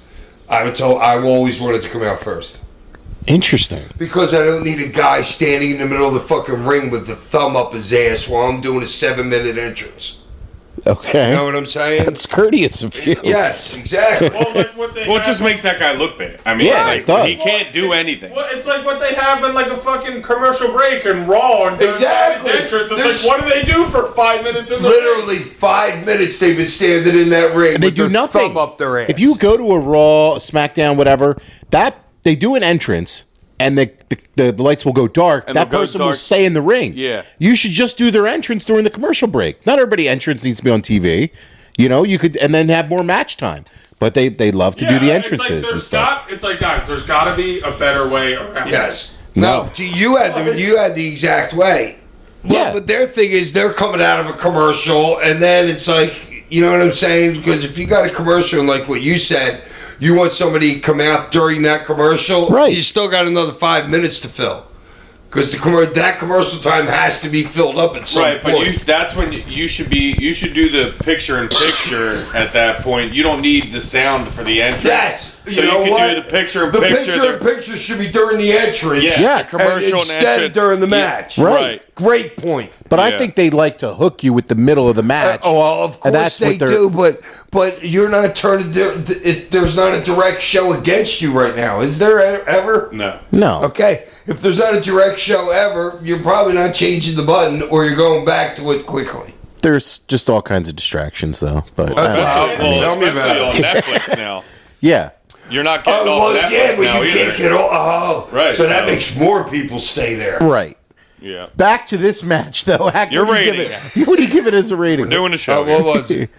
Oh, my boys. My boys. Four Freaking, easy. They're my boys. Johnny, Teddy, Dude, we got to make that a shirt. 4.5. 4.5. He goes 4.5. We're just the Sandman podcast. Like, real tiny. My boys. What do you give it, Ty? 2. 2. Okay. Up next, and man, I'm so disappointed that we didn't get to see this. 911 defeated Ron Simmons.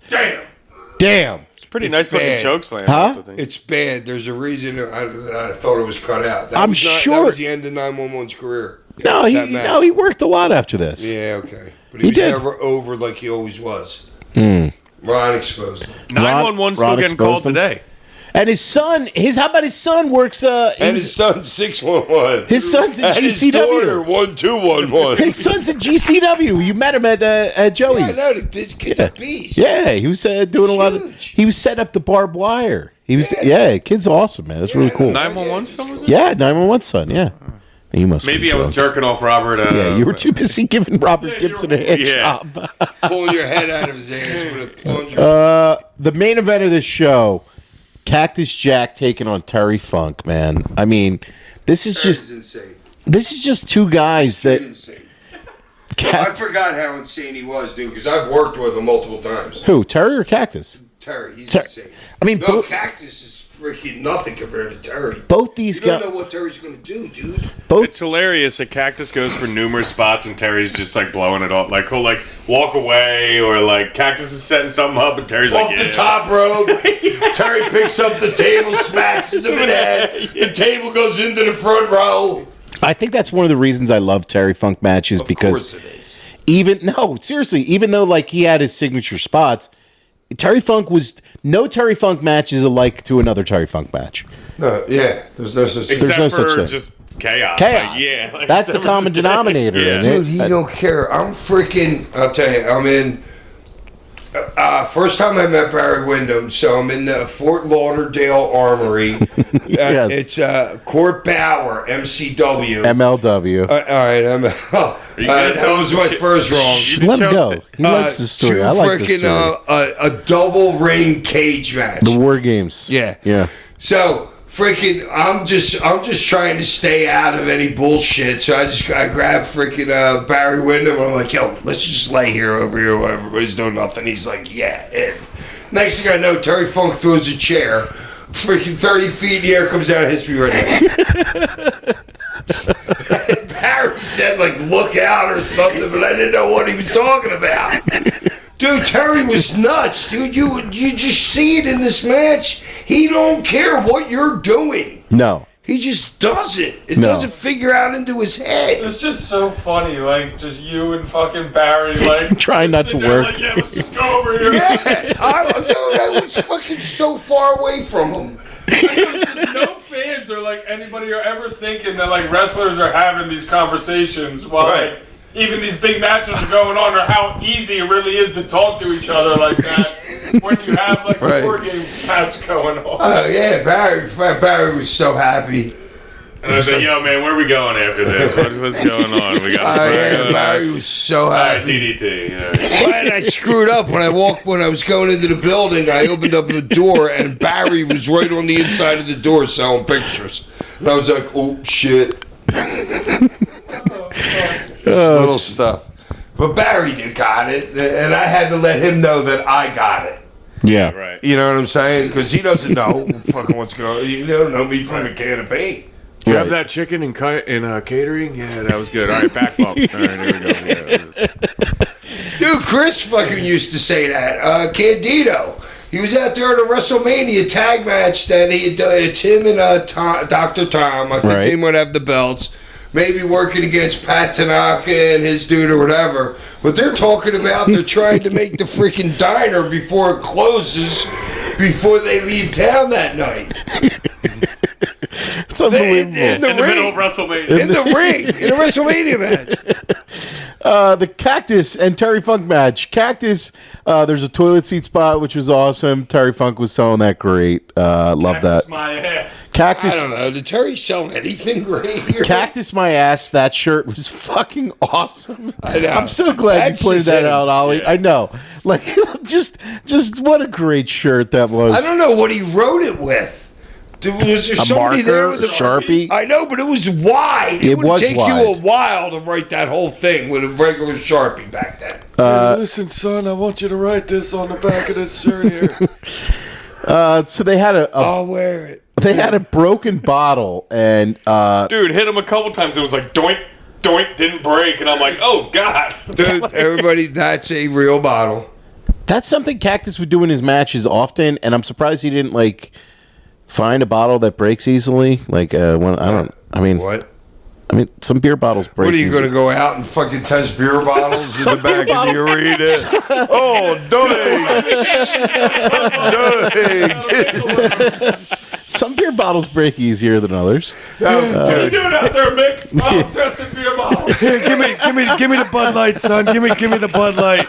No, that won't work. How about the Heineken? Try that one.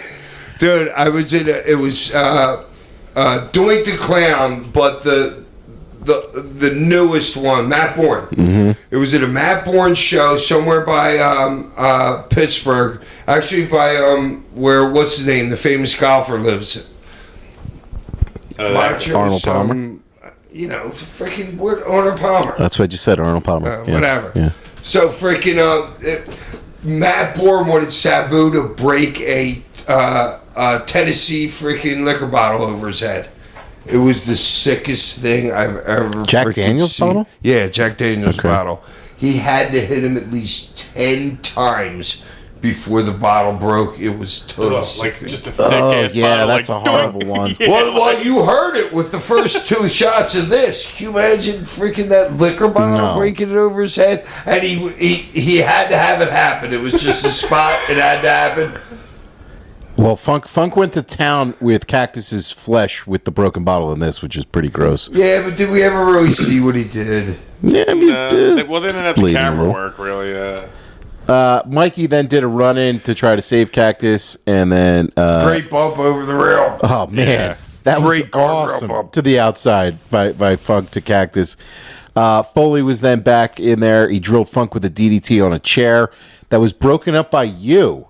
So Dude, I came out, I'm like, I have no idea this was happening. Had no idea. I did not expect it at all. yeah, so then you're back out there, and then Hack pouring out shots for his homies on Cactus. with Yeah, I the had no lighter fluid. idea that I was supposedly pouring lighter fluid on him or something like that. Yeah, I'm like, what the fuck? And it's funny- I thought I grabbed a beer. And I'm like, well, I'm not going to pour a beer on him. It's funny. Hack's hitting him and like keeps looking into the to the aisleway, like, where you at, Terry? Like, where you at, Terry? And you just keep like hitting Cactus feeds you again. You're I like, didn't wear him out, though. No, Yeah. you did it. But it's funny. You're just sitting there like, where the fuck's Terry at? Where the fuck's Terry? So then Terry comes back out after you poured the cane shots and doused him in lighter fluid. Funk comes back out with the flaming branding iron, and then he prods Cactus out of the ring. Did the shit already happen before this, where the fans supposedly got burned, With the or is burnt that towel? in this? I didn't see anything with the A fan or whatever. yeah. That was a is couple it months the same later. entrance? That was a couple months later with the towel that got thrown and hit a fan. There was a that big was lawsuit. later than that. Yes, I believe Okay, that was I later was than in- this okay. because I don't think there was any scene from because, this. Yeah, it makes sense that it was later because we didn't really get them, so the next build-up would be that. Right. And then Cactus grabs the branding iron, and then Funk. How Cactus even gets a hold of the branding iron is ridiculous to me. Yeah. And Terry's slinging it. The cameraman Yeah, like, holy yeah. shit! Like Terry's got zero fucks given. Like he's Damn, slinging Terry. Terry's everything. about to burn the fucking building down. I know. And not give a damn. I know. And then Ian Rodden and Hack Myers Love are you, out there Terry, as dude. well. You're the greatest. And then the show ends with an "Oh my God" from Joey that seemed pretty genuine. So Terry. that was the end of that one. For a match and a spectacle. How long did that match go, Ollie? Was 8 it years. That was 15? Like 12 minutes. Okay. I mean, it was wild for what it was. I'm gonna go 3.5 stars for it. I'm giving it 3 for Terry and his craziness. Hack 11.1 shots. 11.1 shots. I believe that's your highest shot ever given out. That is the, the highest compliment. Just because I was in the end and I was shocked, I'm like, what the fuck am I doing out there? All I can picture were right shocked? now is just me, Terry in a burning ECW building looking around being like, Like well, goddamn. like a meme, like a meme. Terry with the rubble underneath him. Well, that escalated quickly. Well, goddamn, didn't that blow up Cactus? Fucking Terry! Oh my god! Ty, I think we got over, brother. I think the fire marshal said they never seen anything like it, Cactus. I say they like that. That's what he said. What a give it? Yeah, I'm giving it 3.5. But just Terry's just awesome. Terry's just awesome. So that was ECW Hostile City Showdown 1995. You got to let us know what you thought of the show. Next week on the show, we are reviewing ECW A Matter of Respect 1996. Oh Jesus! If I have a shitty match, I'm boycotting this. I Well, won't watch it. I swear it. You took on Raven and Pitbull 2 for the ECW title, so You versus Raven. He's already and ready. Anthony. yeah, Jesus. you had to have your working boots on for with that one. Pitbull 2 and Raven, fuck, dude. I'm like, fuck, dude. I don't know if I can carry that much weight in a match. did I ever show you that I love- picture of you and Terry that I saw? Oh, nice. Who might be in Roppongi there? That's awesome, man. You and fucking Terry. We're going to have to put that up on social. As always, send in listener questions to sandmanpod@gmail.com. Please leave a name and a town. That's all that Hack asks for. Chris from Jacksonville writes in. This guy sounds familiar. He's a new guy. I was know, gonna but say, I, I don't like, know I if we just got- met him. I want to say he just met me somewhere. Oh, Duval. Duval. Let us know what you think of your coach, man. I was a diehard wrestling fan and ECW fan in my younger days. Now I'm a boring ass adult in an executive role at a corporation. loser. At this point, I don't watch any of the current products, and your podcast is my guilty pleasure when I'm not around my wife and kids. All right, brother. Appreciate it. My teenage dream was always becoming a pro wrestling photographer and managed to travel to the Northeast Indies. I try to squeeze in your podcast whenever I can, whether it's traveling for work, going for a All job. right, hold on. Am I Appreciate more it. important than your porn? That's what I want to know. Is it me or the porn? Let us know. Or in 5-minute chunks driving to the supermarket. I don't listen to any other wrestling podcasts. I catch the occasional wrestling updates on my Reddit feed, but I just love listening to you guys. It reminds me of my time growing up in New York and shooting the shit with my friends while reminiscing about simpler times. I tried other pods in the past, and Tosh is so much better than any of those other losers trying to sell me a mortgage or some other God, shit. Tosh, why didn't you just say you made up this dude when you started? Yeah, from Jacksonville. Yeah, no, So it's Chris Joe from Chris Yeah, from Jacksonville. yeah. It's all Chris right. from Jacksonville. And put yourself over fucking I Indiana. have to, man. I get. Hold on. I get that you I probably see he's all stumbling now. because you got me off track. I'm not Fumbling, stumbling, fumbling. I get that you'll probably have to sell out at some point, but hoping you guys can stay true to your roots while making some money doing so. Dude, I ain't selling out shit. The family dynamic is awesome and hoping to send in some more questions in the future. Thanks again for bringing me back to my ECW fandom days. I wanted to ask Hack if he has any favorite photos to capture some memories of his career. Back in the ECW days, it felt like there were a dozen photographers around the ring. Wonder if there's any stories where they were a pain in the ass or anything that comes to No, mind. just a lot. Linda Rufo was the best of them. Like one time, I don't know, I want to say, it doesn't matter what town I was in, but she took me out in the back of the building. I think it was Detroit. And there was like these dilapidated buses, like an old graveyard freaking of cars and stuff like that. And she's like, we're going to take pictures in here. I'm like, seriously? And she's like, yeah. And she just started directing me. She had me go in one of the bus things and whatever. And, yeah.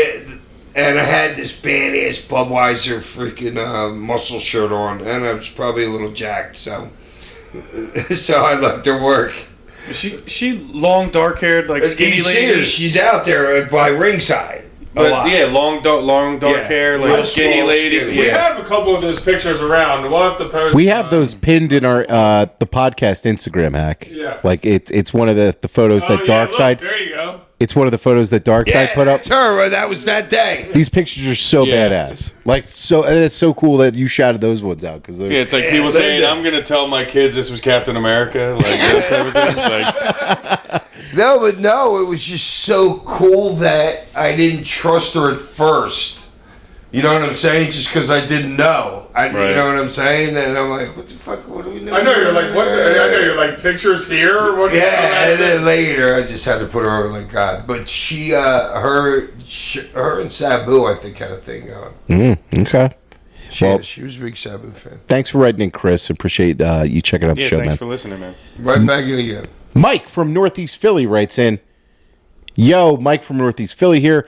I was there live at Hostile City Showdown 95, and I always recommended the show as a prime example of classic ECW. Wow. Ian Axel Rotten Bloodbath, followed by Raven Dreamer, followed by the 30-minute Malenko Guerrero draw. That's exactly what we said. I love people that are watching the shit that we say and talk about Well, it. he was there live, but yeah. So please don't tell me I had a good match, dude. Hold Then on. you're done. We're not answering you again. He said, followed by Sandman winning the belt is insane for a mid-card.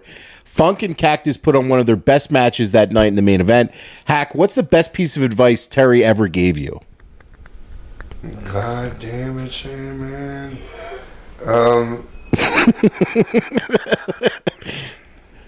Nothing like.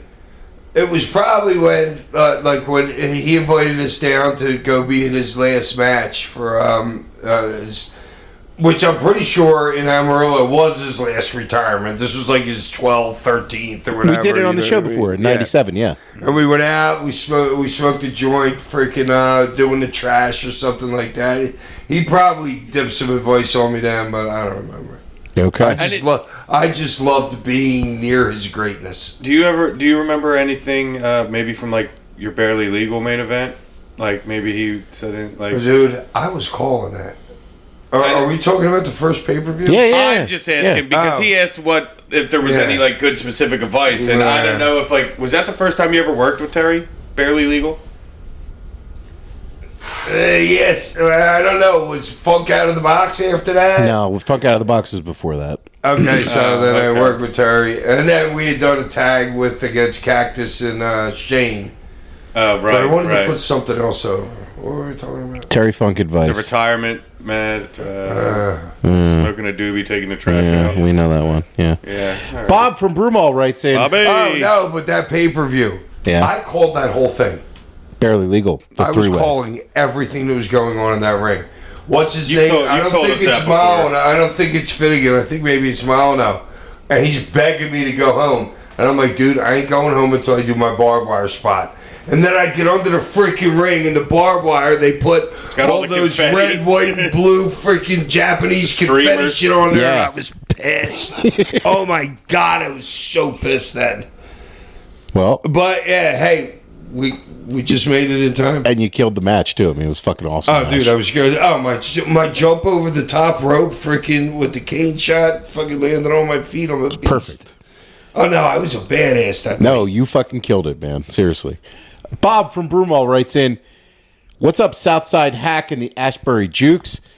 Everybody's got a different name for it. We got to vote for names sometimes. Start writing the names down, you guys. All right. And then we got to make somebody have our freaking Official name? Yeah. All right. Or give somebody with the best name something. Yeah, okay. I like that. I like that idea, Ty.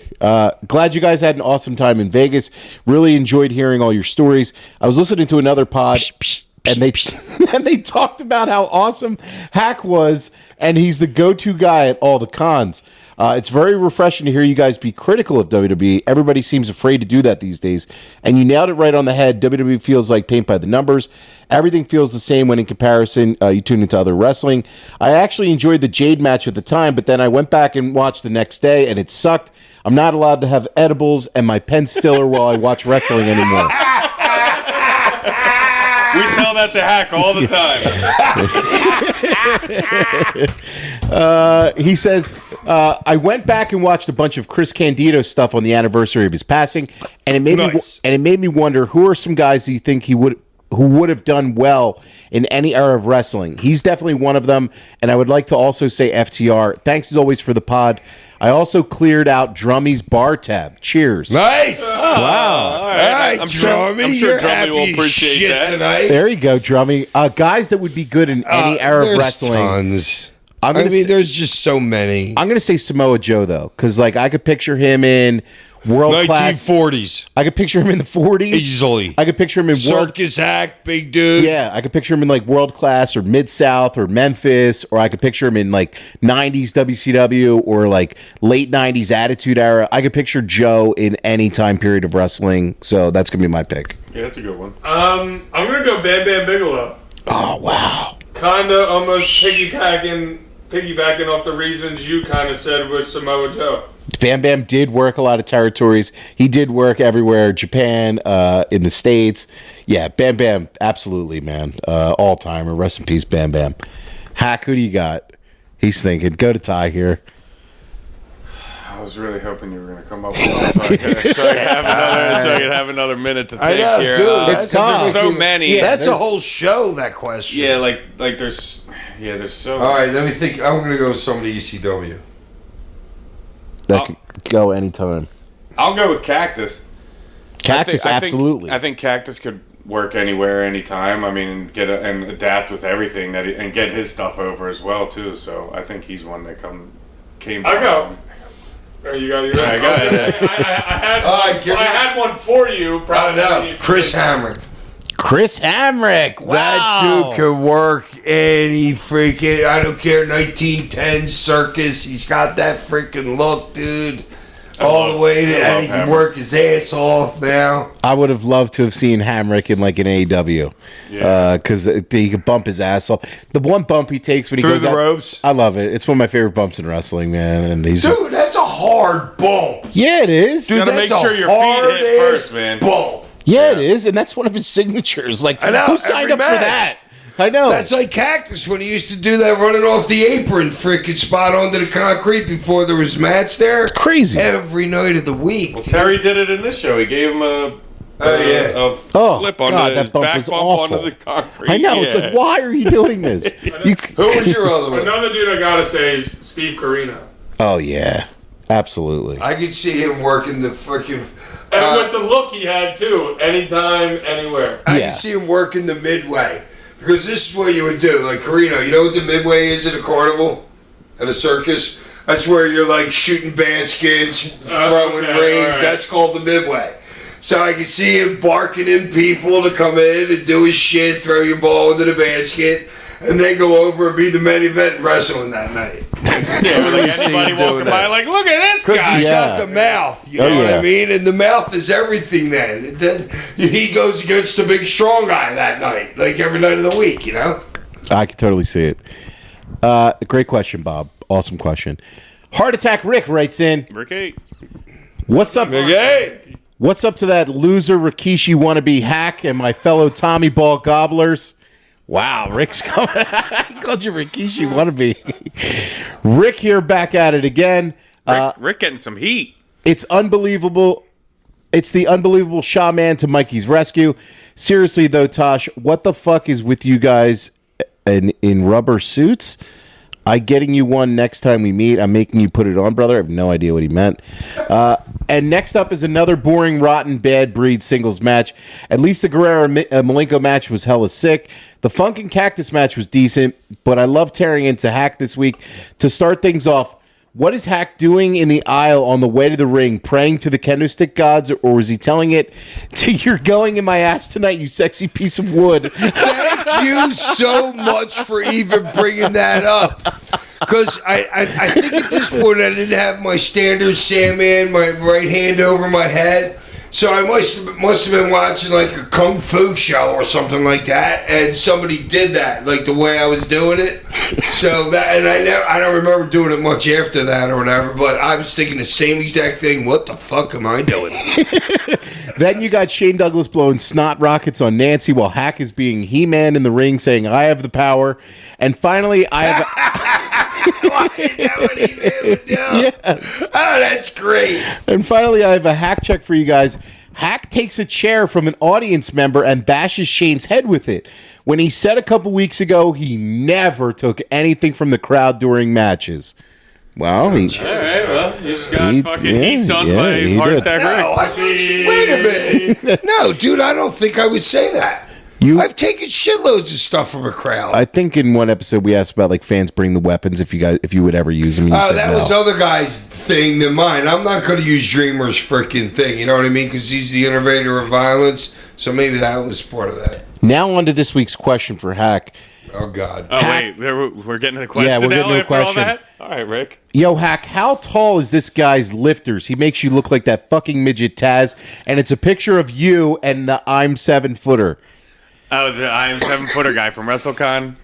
The guy with the jersey. The Pittsburgh Pittsburgh. Penguin guy. Pittsburgh guy, the big guy. The guy that came around and said hi to everybody? He's always with the ECW crew. He's the big, tall guy. Oh, him. Yeah. What was the He question? said how How big are his lifters? How big are his lifters? He makes Dude, you look that like dude that. ain't got none. That dude's wearing sneaks. He's a legit 7-footer. Yeah, man. he's the guy we were talking about rolling in the club with us. Yes. The Bubba thing. That, Fucking yeah. huge. He is a giant Yeah, guy. I want to. Dude, he's great protection.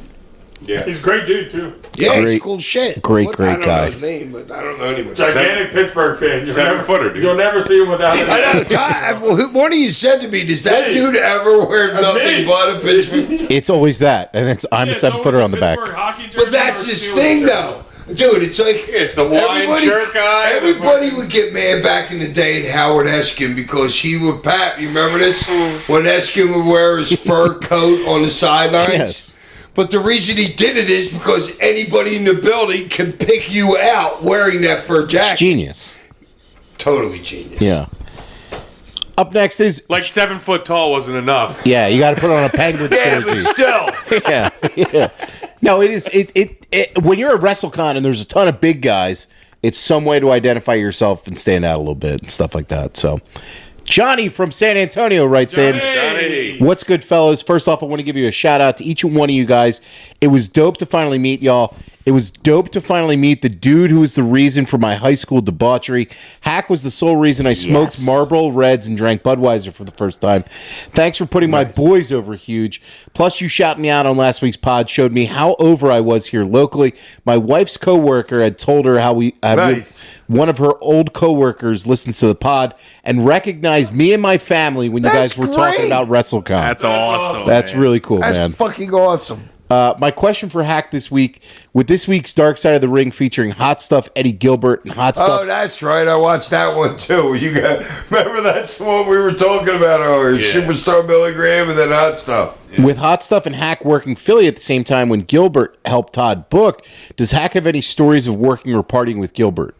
No, we were at two different levels, dude. He was coming in from the Booker, freaking like.